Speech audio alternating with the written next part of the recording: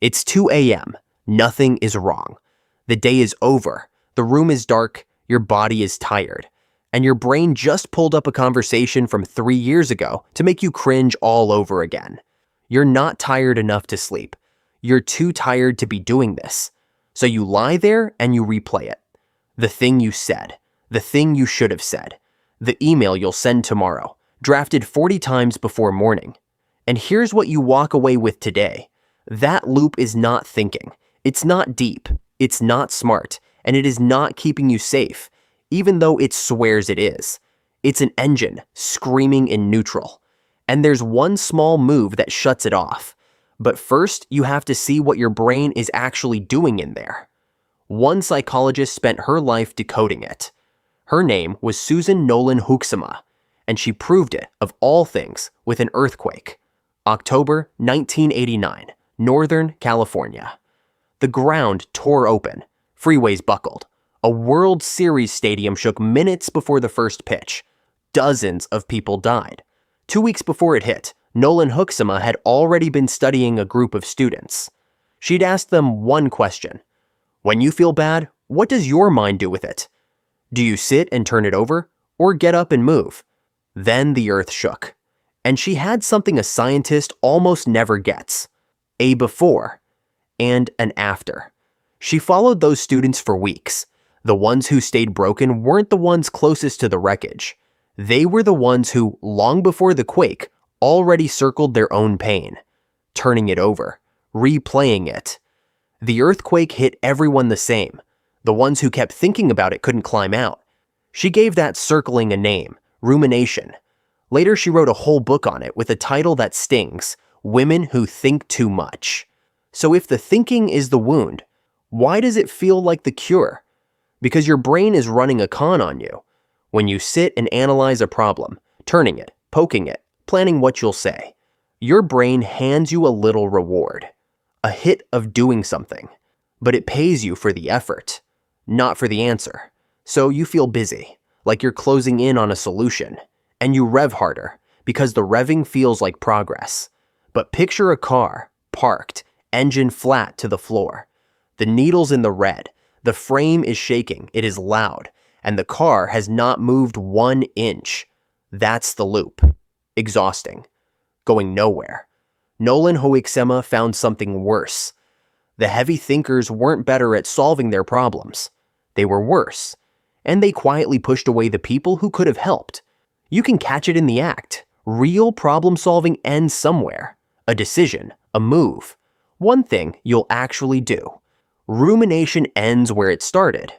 Only more tired. You already know all of this.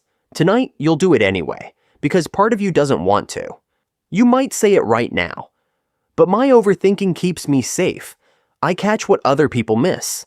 Most of the time, I'm right. And you are. That's the honest part. Somewhere back there, you were a kid in a house where the mood could turn without warning. So you learned to read the room. Run every outcome before it arrived. That radar kept you safe once. But being right about a danger and drowning in it are two different things.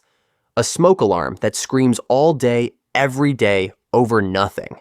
You stop hearing it. You just live tense in a house that isn't even burning. And the same radar that was supposed to protect your people is the thing slowly emptying the room. You can't argue an alarm into silence. There's an old idea that helps here. Get hit by an arrow and it hurts. That's the first arrow. Real pain, the kind life fires whether you like it or not. The breakup, the mistake, the bad news. But then most of us do something strange. We reach down, pick up a second arrow, and drive it into the same wound. Then again, and again. That second arrow is the story you keep telling about the pain. The first one, life shot. The second one, you're holding it. So how do you put it down? Not by thinking about it. That's the trapdoor most people fall through. You try to think your way calm, and the thinking is the loop. You cannot outthink a thought loop. You can only step out of it, and you step out with your body, not your brain. Here's the move. It's almost insulting how small it is. Put your feet on the cold floor, stand up, do the dishes, walk the block. Send the one text you've been drafting for a week, Badly, right now, before you talk yourself out of it. Because the second you do one real thing, the engine drops into gear. And an engine in gear can't rev in neutral. Motion breaks the loop. This is the switch. And it was never a better thought. When Nolen-Hoeksema looked at what pulled people out, it wasn't positive thinking. It was doing. One small action, then another. The move is that small. So the thing stopping you isn't the move, maybe permission. Permission to stop wearing it. Because somewhere along the way, the world told you this was who you are. Deep, careful, a thinker. And you believed it. You built a whole identity on the one habit that's been quietly draining you. That story is the hand on the key, holding the engine at a scream. But you were never a person who thinks too much. You're a person with a powerful engine, and no one ever taught you the difference between driving and revving.